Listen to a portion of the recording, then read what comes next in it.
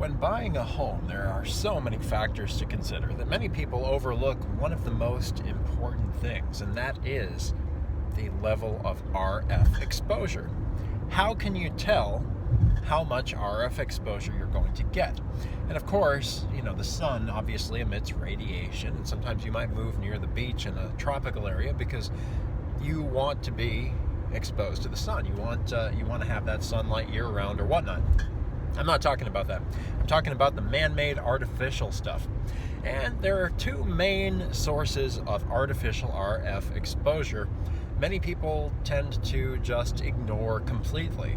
And of course, the people putting out all that RF exposure don't want the industry to make a big deal of it because they don't want to be held accountable for it. Unfortunately, we live in a world where the current laws in the United States do not limit quite enough levels of RF exposure. And with cancer diagnoses at an all-time high historically, you want to make sure that you can eliminate this common, silent, long-term cancer causer, which chances are your real estate agent isn't even going to mention because they want to get you the house sold, right? They want to either help you buy something or sell something as quickly as possible. So they don't really care. So cell towers, the closer you get to them, you obviously want to avoid the RF exposure from cell towers. Now, if you're driving along the highway, you just kind of drive by it. It's like, well, you can't really do much about it. I suppose you could fly everywhere, but that's not realistic for most people. So, but when you're buying a home, you're going to be exposed to that all the time. You don't want a cell tower right next door to you.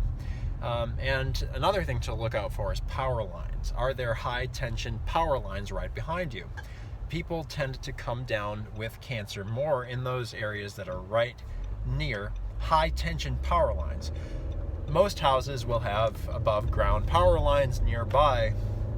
Not talking about the right kind of the little ones like this, but I'm talking about the big high tension ones. The kind some of them don't have insulation because they're that powerful that they would burn up if they were insulated. So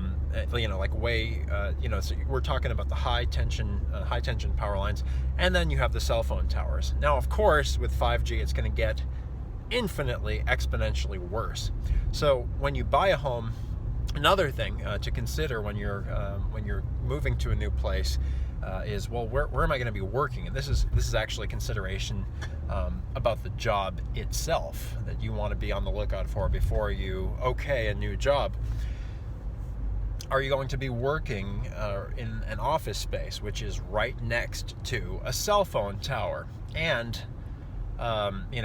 so maybe, or in the worst case scenario, I've seen hospitals that have 4G, and increasingly we're going to start seeing, if the telecom industry has its way, and Trump has no plans of stopping it, unfortunately, we're going to start seeing even more and more buildings which have the ultra dangerous high band or high frequency 5G, high band frequency 5G cell phone towers, and you can't even recognize them as towers because they're just little cylindrical boxes, or they're just they try to make them look as innocuous as a like a modern looking lamp. But these guys, you should think of them as cancer emitters because that's what they are.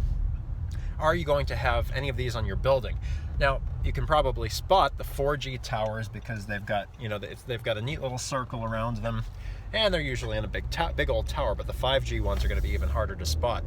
And it's getting to a point where you're going to have to start avoiding major cities because all of these cities are going to have the 5G boxes placed, every so often, every few blocks or so.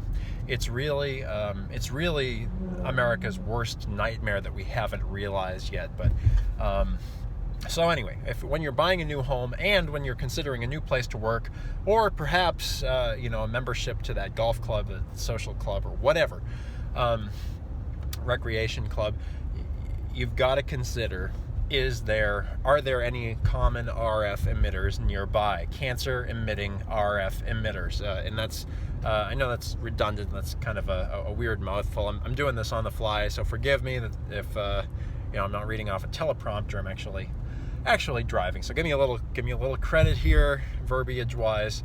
But the point is, in any place you're going to be living, working, congregating frequently, you make sure that there are no cell towers, especially the ultra dangerous 5G boxes, which are rather hidden and they don't look like cell phone towers. And avoid high tension power lines when you're considering a new job, a new home, or any place where you're going to be committing to spending a number of hours. Looking out for your health and mine. This is America's Mansman, americasmansman.com.